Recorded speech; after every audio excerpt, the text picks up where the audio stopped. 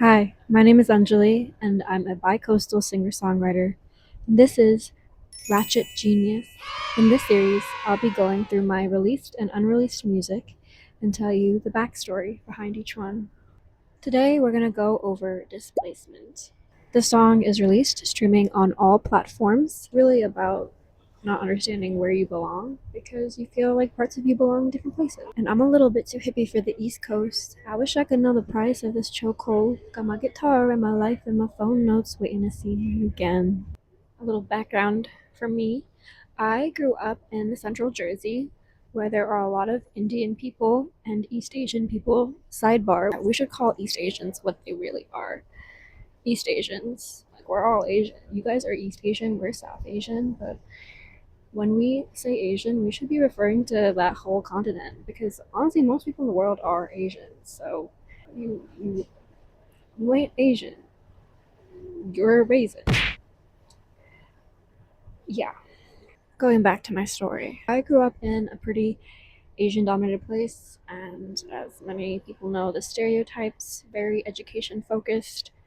I think the typical route was to go to college, get a degree, and go into corporate America, which I did. I just didn't want to do it in New York. I never really felt a calling towards New York. I say as I am literally in West Harlem right now. I really found a sense of belonging in the West Coast, especially with the push towards environmentalism, being en natural, not shaving your pits, like things like that, things that make you a hippie.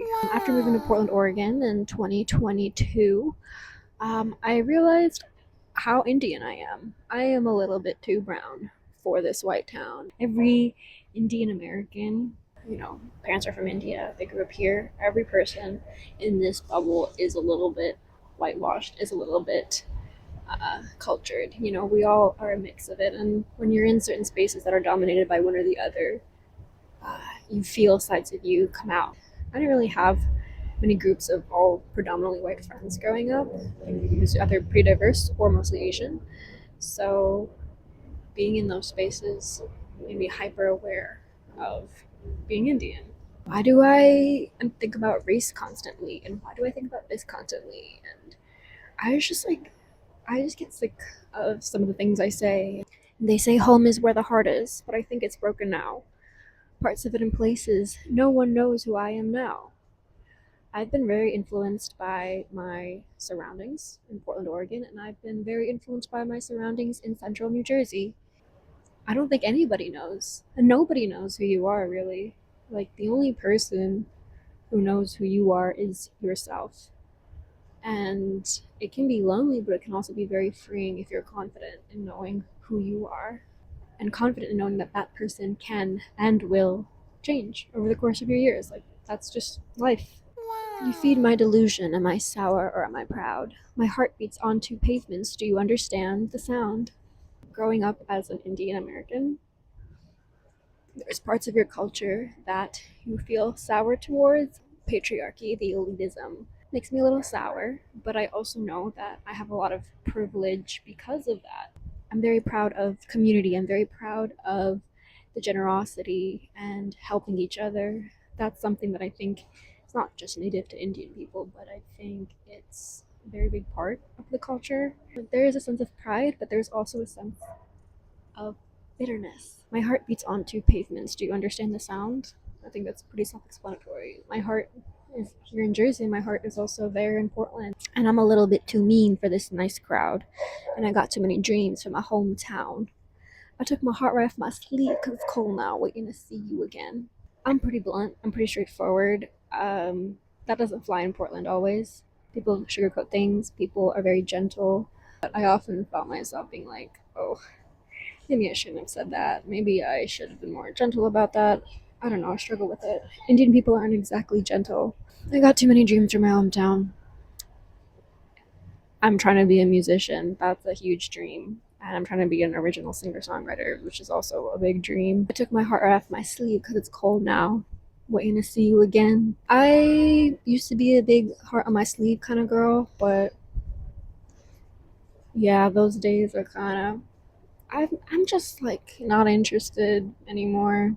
I'm single as hell. If you find someone cute, like send them my way. But I miss having crushes though. Like having a crush is so much fun, but I'm just one track mind, and the track is music.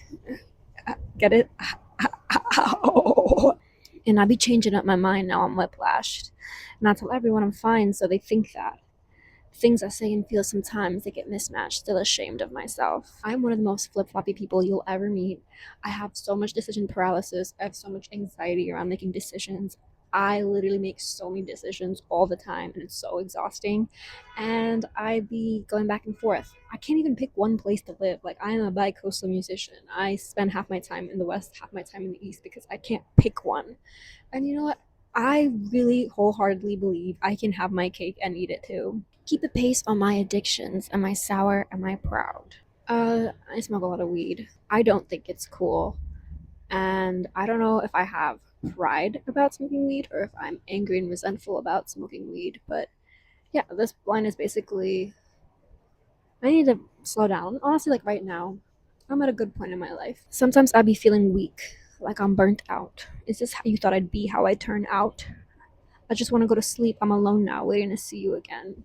Self explanatory, I think. And if home is where the heart is, could you hold on tight to mine?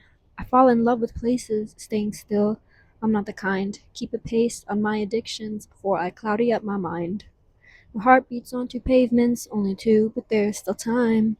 So the ending of this song is kind of alluding to there is more adventure out there for me. There's more opportunity out there for me. There's other places to fall in love with. I really have been thinking about Austin, Texas a lot. I think it's great music scene. I really want to see Nashville. I want to see Asheville. Say home is where the heart is. You know how far my heart went. I would tell you, but I'm waiting to see you again. Okay, this waiting to see you again piece.